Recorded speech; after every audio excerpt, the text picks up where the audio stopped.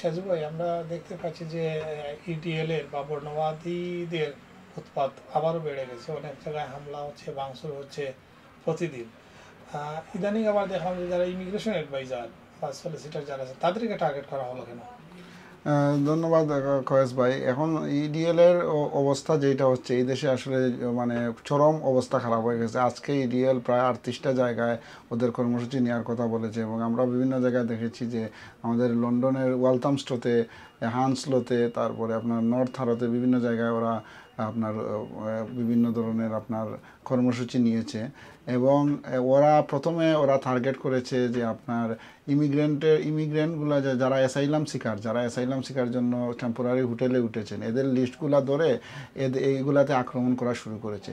এখন আপনি দেখবেন যে ওআইসির বিভিন্ন ওআইসি রেজিস্টার ফার্মের কাছে অলরেডি চিঠি এসেছে যে ওআইসি রেজিস্টার যেগুলা যারা ইমিগ্রেশন অ্যাডভাইস দিয়ে থাকেন ওনাদের যে লিস্টগুলো অনলাইনে কিন্তু আপনি যে কোনো ওআইসি রেজিস্টার আপনার ইমিগ্রেশন অ্যাডভাইজারের লিস্টগুলো আপনি অনলাইনে গেলে পাবেন।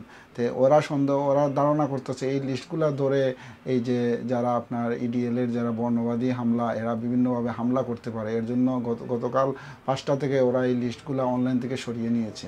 তো এইরকম ভয়াবহ অবস্থা এবং বিভিন্ন মাইগ্রেন্ট হেল্প বা বিভিন্ন ধরনের অর্গানাইজেশন যেগুলো আছে ওইগুলার যেখানে গিয়ে মাইগ্রেন্টদের আপনার বিভিন্ন ধরনের ফ্রি অ্যাডভাইস দেওয়া হয় ওই প্রতিষ্ঠানগুলোও কিন্তু ওরা ধ্বংস করে ফেলতেছে এবং আগুন দিয়ে জ্বালিয়ে ফেলতেছে।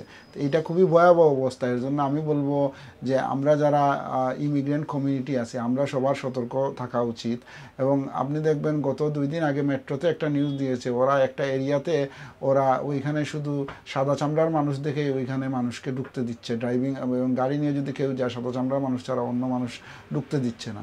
এটা একটা ভয়াবহ অবস্থা। আমি মনে করি এই অবস্থাটার পরিবর্তন হইলে এই যে অনলাইনে যে মিস ইনফরমেশনগুলো ছড়ানো হচ্ছে এইটা সরকার কঠোরভাবে পদক্ষেপ নেওয়া উচিত, এইটা বন্ধ করা উচিত এবং মানুষের মধ্যে সচেতনতা ক্রিয়েট করা উচিত। এবং আমরা ইমিগ্রেন্ট কমিউনিটির সবাই ঐক্যবদ্ধভাবে আমরা সবারই একসাথে আমরা কাজ করা উচিত। ইমিগ্রেন্ট কমিউনিটি এইটা যারা আপনার আন্দোলন করতেছে এবং যাদের এইগুলো মোটিভেট করতেছে এদের মনে রাখা উচিত ইমিগ্রেন্ট কমিউনিটি যদি একদিনের জন্য স্ট্রাইক করে তাহলে এই দেশের সব কিছু বন্ধ হয়ে যাবে। তো এর জন্য আমাদের সবাই যদি আমরা ঐক্যবদ্ধভাবে কাজ করি এবং আমাদের যারা আপনার এখানে কিন্তু টাইনি মাইনরিটি এই জিনিসগুলো করতেছে, এখন আমরা মেইন স্ট্রিম যারা মানুষ আছেন এদের যদি আমরা বুঝাতে পারি এবং আজকে দেখবেন আপনার আমাদের লন্ডনের মেয়র সাদিক খান একটা ঘোষণা দিয়েছেন যে আমাদের যারা যে আপনার ইমিগ্রেন্ট কমিউনিটি ছাড়া যারা আছে আমাদের বন্ধুবান্ধব এরা সবাই যারা ইমিগ্রেন্ট কমিউনিটি এদের খোঁজ নেওয়ার জন্য, কারণ এই যে ইডিএল এরা কিন্তু ফেরোসাস হয়ে গেছে।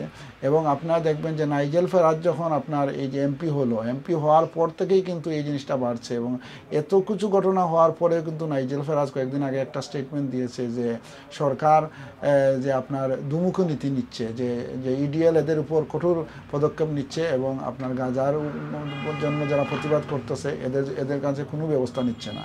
তো ওদের প্রতিনিধি আজকে সংসদে যাওয়ার কারণেই কিন্তু আজকের এই ঘটনাটা ঘটছে।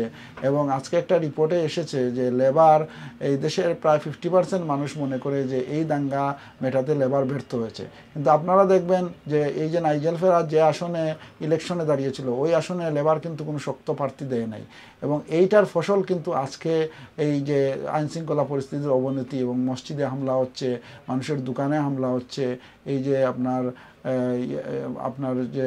আপনার প্রতিষ্ঠানগুলো মাইগ্রেন্ট রিলেটেড প্রতিষ্ঠানগুলো ধ্বংস হচ্ছে, মানুষের উপর অ্যাটাক হচ্ছে, এই অনেক প্রতিষ্ঠানগুলো জ্বালিয়ে দেওয়া হচ্ছে, এইটার ফসল।